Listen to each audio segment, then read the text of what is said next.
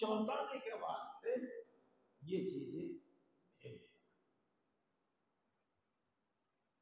تو 2-3 باتیں میں نے آپ کو بتائی، میں پھر دوبارہ کہتا ہوں کہ یا تو اللہ تبارک و تعالیٰ نے ان کو اپنا محبوب اور پسندیدہ بندہ بنایا تھا اور ساری دنیا کے انسانوں پر ان کو فضیلت بخشی تھی، یا وہ اللہ تبارک و تعالیٰ کی نگاہ میں بندر اور سور سے بھی بدتر ہوئے اور اللہ نے ان پر اپنا غصہ نازل فرمایا، اپنا غضب نازل فرمایا۔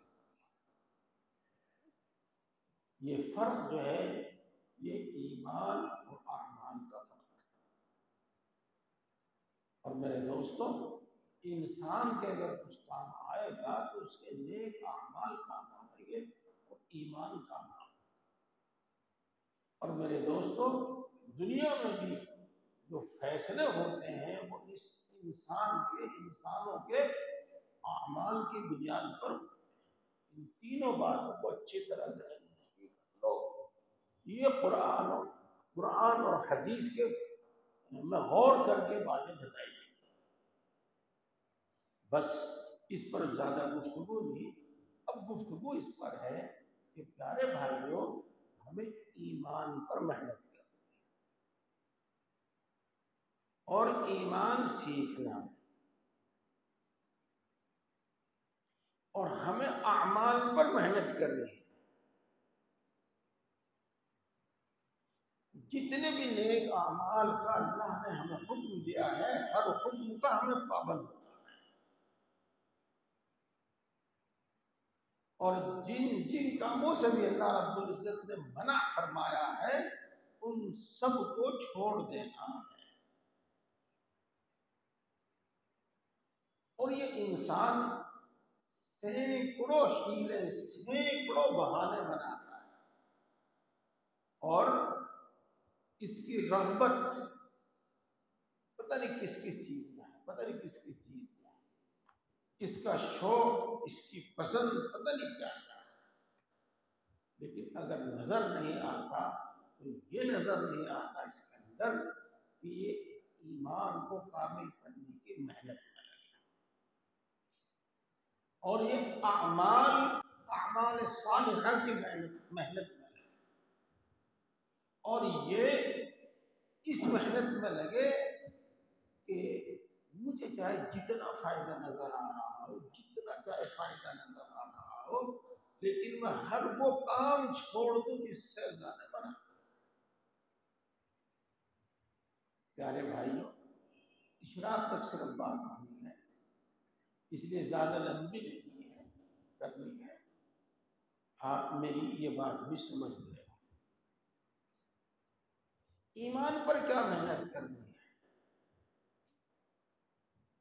بہت ساری چیزیں ایسی ہیں جن کو ماننا ہے اور جن کا یقین کرنا ہے، ان کا علم حاصل کر کے، ان کو جان کے ایسی تدابیر کرنا جن تدابیر سے ان کا یقین دل کے اندر اتر جائے۔ سننے بھائی میری بات سمجھ میں بھی آ رہی؟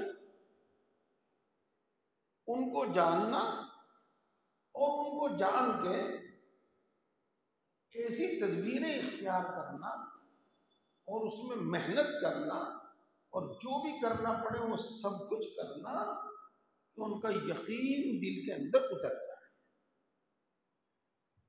جب یقین ان کا دل کے اندر اترے گا تو پھر اس یقین کا اثر ہمارے اعمال میں ہو۔ مثال کے طور پر توحید، یہ لفظ آپ بار بار سنتے ہیں، اس کے بالمقابل ہے شرک۔ تو توحید اللہ کو ایک ماننا اور ہر چیز میں اس کو ایک ماننا، ہر چیز میں اس کو ایک ماننا۔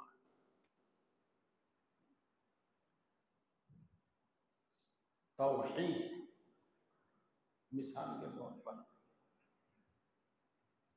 وہ اکیلا ہی عبادت کا مستحق، اور کوئی دوسرا عبادت کا مستحق نہیں ہے۔ اس کا اتنا یقین ہمارے دل کے اندر ہو، اتنا یقین ہمارے دل میں ہو، اور اس یقین کا اثر ہمارے اعمال میں ہو کہ گردن کٹ تو جائے لیکن غیر اللہ کے سامنے جھکے نہیں۔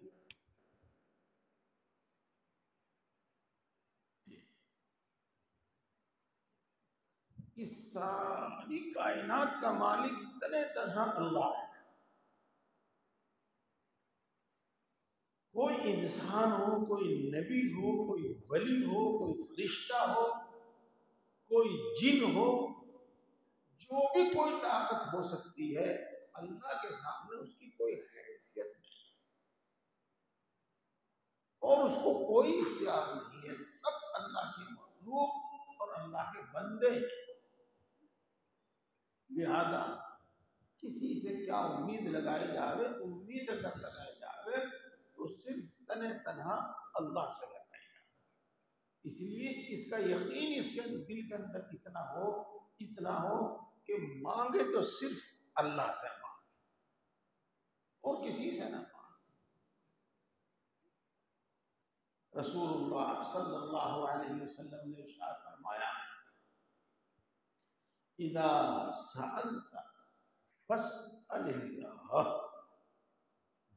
وَإِذَا اسْتَعَنْتَ فَاسْتَعِنْ بِاللَّهِ۔ جب تجھ کو کچھ مانگنے کی ضرورت پیش آئے تو صرف اللہ سے مانگ، اور جب تجھ کو مدد کی ضرورت پڑے تو صرف اللہ سے مدد طلب کر۔ اب اس کی مرادیں مزاروں سے پوری نہیں، یہ وہاں نہیں جائے گا، وہاں مرادیں نہیں مانگے۔ یہ میں نے آپ کے سامنے صرف دو مثالیں دی ہیں، دو مثالیں، اور پھر میں اپنی یہ بات کہتا ہوں، ایمان، یقین،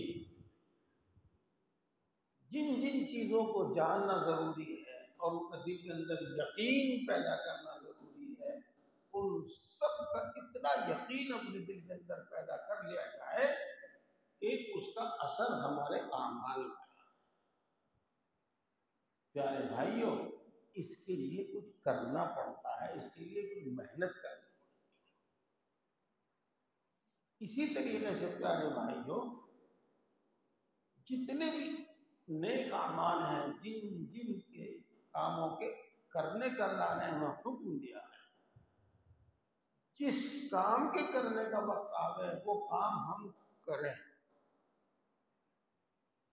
اور اس میں ہمارا عمل اور طرز عمل یہ ہو کہ نہ کسی کا خوف اس میں رکاوٹ بن سکے، نہ کوئی لالچ اس میں رکاوٹ بن سکے، اور ہم اللہ کا وہ حکم پورا کریں۔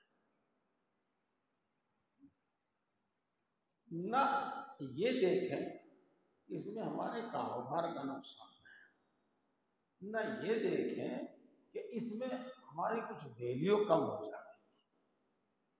مثلا نماز کا وقت آیا تو بس نماز پڑھنی ہے، روزوں کا زمانہ آیا تو بس روزہ رکھنا ہے، کوئی چیز اسے ہمیں روک نہ سکے۔ اللہ نے جو ہمیں سہولت دی ہے اس پر تو ہم عمل کریں، اس سہولت کو تو ہم فائدہ اٹھائیں، لیکن اللہ کا حکم نہ چھوڑیں۔ اسی طریقے سے پیارے بھائیوں، اللہ نے ہمیں زکوٰۃ کا حکم دیا ہے، تو مال کی محبت یا کوئی اور چیز ہمیں زکوٰۃ ادا کرنے سے نہ روکے۔ اللہ نے ہمیں حج کا حکم دیا ہے، کوئی عذر ہمیں حج سے نہ اپنے اوپر یہ محنت کریں۔ اللہ نے ہمیں سچ بولنے کا حکم دیا ہے، ہم سچ کے عادی بن جائیں، جھوٹ نہ بولیں۔ جھوٹ بولنے میں ہمیں آسانی ہے، دکھائی دیتی ہے، جھوٹ بولنے میں ہمیں فائدہ دکھائی دیتا ہے۔ مان لو سچ میں دقت پیش آ رہی ہے، سچ میں نقصان دکھائی دے رہا ہے، اس کے باوجود بھی ہم سچ بولیں، جھوٹ نہ بولیں۔ ہمیں دھوکے کے ذریعے، جھوٹ کے ذریعے کچھ مال مل سکتا ہے، اور کچھ کیا بہت سارا بھی مل سکتا ہے۔ بھوکا رہنا گوارا ہے، لیکن جھوٹ اور دھوکے کے ذریعے مال حاصل کرنا، یہ میں نے چند مثالیں آپ کو دی ہیں۔ اس کا عادی بننا ہے، ایمان پر محنت اور اعمال پر محنت۔ اب میں یہ بھی آپ کو بتا دوں آخر میں کہ ایمان اور اعمال پر محنت کیسے ہوتی ہے۔ پیارے دوستو، اس مختصر سی مجلس میں زیادہ کچھ نہیں بتایا جا سکتا، بس میں آپ کو چھوٹی سی بات بتا، آپ اپنے بچے کو پڑھانا چاہتے ہیں، کچھ سکھانا چاہتے ہیں، تو بتاؤ اس کا کیا طریقہ ہے۔ آپ اس کو جو سکھانا چاہتے ہیں، آپ جو اس کو پڑھانا چاہتے ہیں، تو آپ اس کے ماہر کے، اس فن کے، اس علم کے ماہر کے حوالے کر دیتے ہیں اپنے بیٹے کو، اپنی بیٹی کو۔ اگر آپ قرآن پاک پڑھانا چاہتے ہیں تو حافظ صاحب، عالم صاحب، قاری صاحب کے حوالے کرتے ہیں، اور اگر آپ انگلش پڑھانا چاہتے ہیں، ہندی پڑھانا چاہتے ہیں، حساب اور میتھ پڑھانا چاہتے ہیں، تو اس کے ماہر کے حوالے کر دیتے ہیں۔ اگر آپ کوئی اور کام سکھانا چاہتے ہیں تو آپ اپنے بچے کو اس کے حوالے کر دیتے ہیں۔ بھائی صحیح کہی بات میں نے یا نہیں کہی؟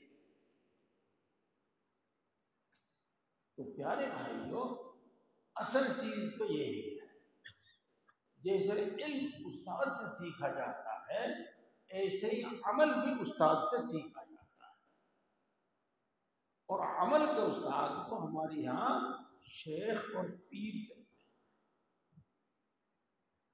تو صحیح بات تو یہ ہے کہ عمل وہاں سے آتا ہے۔ یہ اچھی طرح سمجھ لو، بڑی صفائی کے ساتھ میں نے آپ کو بات بتائی، اور اس وقت اور کچھ زیادہ نہیں، پہلے بھی میں نے آپ کو بات بتائی ہے۔ علم، ذکر، نیک لوگوں کی صحبت، آخرت کی فکر، مرنے کے بعد کی فکر، اور مجاہدہ، کچھ مشقت اٹھانا، ان 5 چیزوں سے ایمان اور اعمال میں کمال حاصل ہے۔ کامل ایمان انہی کے ذریعے ہوتا ہے، اور اعمال میں کمال انہی 5 چیزوں سے۔ اب ساری باتیں بس ایک بات بتاتا ہوں، وہ جو حدیث میں نے آپ کے سامنے پڑھی تھی، اس وقت میں نے 5 چیزوں میں سے ایک چیز آپ کو بتائی ہے، ذکر۔ تو آدمی، اس کی طبیعت تقویٰ کی طرف نہیں آ رہی ہے، اعمال کی طرف نہیں آ رہی ہے، اس کی طبیعت گناہ چھوڑنے پر آمادہ نہیں ہو رہی ہے، اور دوسری چیزوں میں اس کی رغبت ہے، اس چیز کی طرف کوئی رغبت نہیں۔ تو میرے پیارے دوستوں،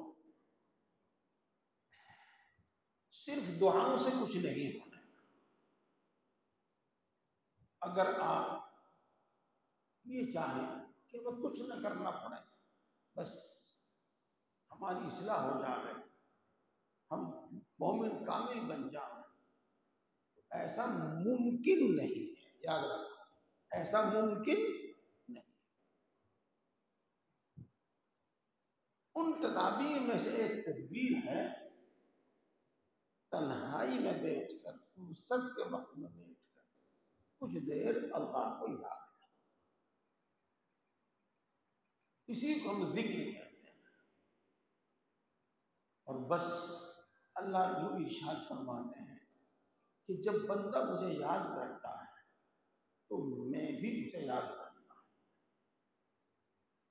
اگر وہ مجھے اپنے دل میں یاد کرتا ہے تو میں بھی اس کو اپنے دل میں یاد کرتا ہوں. اگر وہ مجھے کسی مجلس میں یاد کرتا ہے تو میں اس مجلس سے اچھی مجلس میں اس کو یاد کرتا ہوں. اور جب میرا بندہ میری طرف ایک بالش چلتا ہے تو میں اس کی طرف ایک ہاتھ چلتا ہوں. یہ بھی یہاں تک بھی ہاتھ کہا جاتا ہے اور یہاں تک بھی کہا جاتا ہے. اور جب بندہ میری طرف ایک ہاتھ چلتا ہے تو میں اس کی طرف ایک باہ چلتا ہوں، اتنا چلتا ہوں. اور جب بندہ میری طرف آہستہ سے چل کر آتا ہے تو میں دوڑ کر اس کی طرف جاتا ہوں. اور جب بندہ دوڑ کر میری طرف آتا ہے تو میں اس کو اپنی گود میں اٹھا لیتا ہوں، حتیٰ کہ میں اس کا ہاتھ بن جاتا ہوں جس سے وہ کچھ کرتا ہے، اس کی زبان بن جاتا ہوں جس سے وہ بولتا ہے، اس کی آنکھ بن جاتا ہوں جس سے وہ دیکھتا ہے. اس کا مطلب تو بڑا لمبا ہے. اتنی بات آپ کو سمجھ میں آ گئی ہوگی کہ پہلے بندے کو کچھ کرنا پڑے اور بندہ تھوڑا بھی کچھ کرے تو اللہ تبارک و تعالی اپنی طرف سے پھر اس کو بہت کچھ عطا کرتا ہے. یہ جو آپ نے سنا اس کی زبان بن جاتا ہوں، اس کی آنکھ بن جاتا ہوں، اس کا مطلب یوں فرماتے ہیں علماء کرام کہ بندہ ذکر کی کثرت سے اور بندہ نوافل کی کثرت سے اللہ کا اتنا محبوب ہو جاتا ہے، اللہ کا اتنا پسندیدہ ہوتا ہے کہ اللہ تبارک و تعالیٰ پھر خود اس کی حفاظت فرماتا ہے اور اللہ تبارک و تعالیٰ پھر خود اس کی مدد فرماتا ہے. اور اس کی آنکھ اللہ کی مرضی کے مطابق دیکھتی ہے، اللہ کی مرضی کے خلاف نہیں دیکھتی. اس کی زبان اللہ کی مرضی کے مطابق بولتی ہے، اللہ کی مرضی کے خلاف نہیں بولتی. اور اس کے ہاتھ پاؤں اللہ کی مرضی کے مطابق کام کرتے ہیں، اللہ کی مرضی کے خلاف کام نہیں کرتے. تو پیارے بھائیوں، تھوڑا سا ذکر کا معمول عادت، اس میں قرآن پاک کی تلاوت اور کچھ اللہ اللہ کرنا. ایک چیز ہے اپنی اصلاح کی عربی محنت. بہت سارے لوگ بزرگوں کے پاس بھی آتے جاتے رہتے ہیں، کرتے کراتے کچھ نہیں، انہیں کچھ نہیں حاصل ہوگا تو لیکن جو قابل ذکر. بزرگوں کے پاس بھی آتے جاتے رہتے ہیں لیکن اعمال کی فکر نہیں، جھوٹ بولنے میں، خیانت میں، دھوکے میں پھر وہ بڑے رہتے ہیں.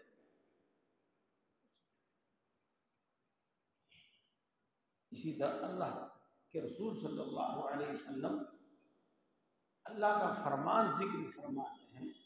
بخاری شریف میں یہ موجود ہے کہ میرا بندہ نفل کے ذریعے، نوافل کے ذریعے میرا قرب اور میری نزدیکی حاصل کرتا رہتا ہے حتیٰ کہ میں اس کو اپنا محبوب اور اپنا پیارا بنا لیتا ہوں.